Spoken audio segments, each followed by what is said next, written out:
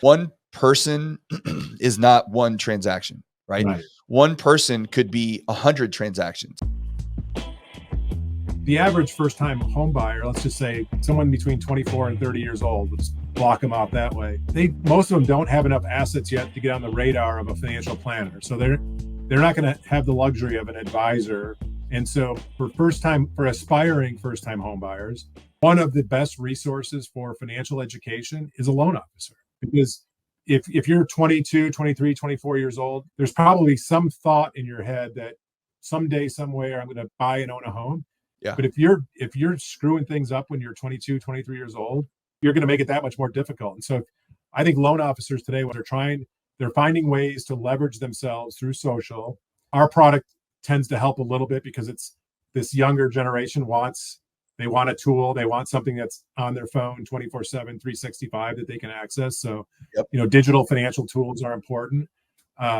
But the loan officer can play that really interesting role early in a consumer's financial life, but they have to change their mindset. But a lot of loan officers are very transactional in nature because we eat what we kill, right?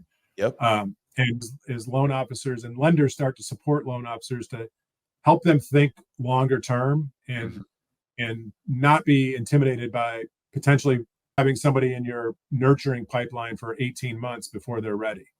I argue that they're going to get ready somewhere. Yes.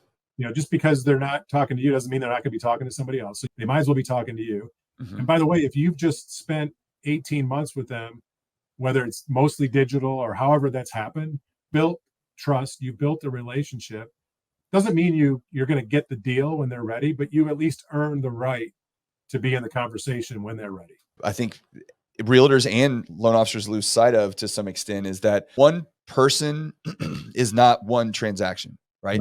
One person could be 100 transactions because they have a brother, they have a sister, they have a child, they have a parent, they have a best friend, they have their baseball coach, they have all of this, their sphere of people. And so I am a big preacher of treat every person like a human, don't treat them like a transaction, treat them like a person that you would talk to on the street or a friend or a family member or whatever, and be always in the position of trying to help with whatever it is that they need.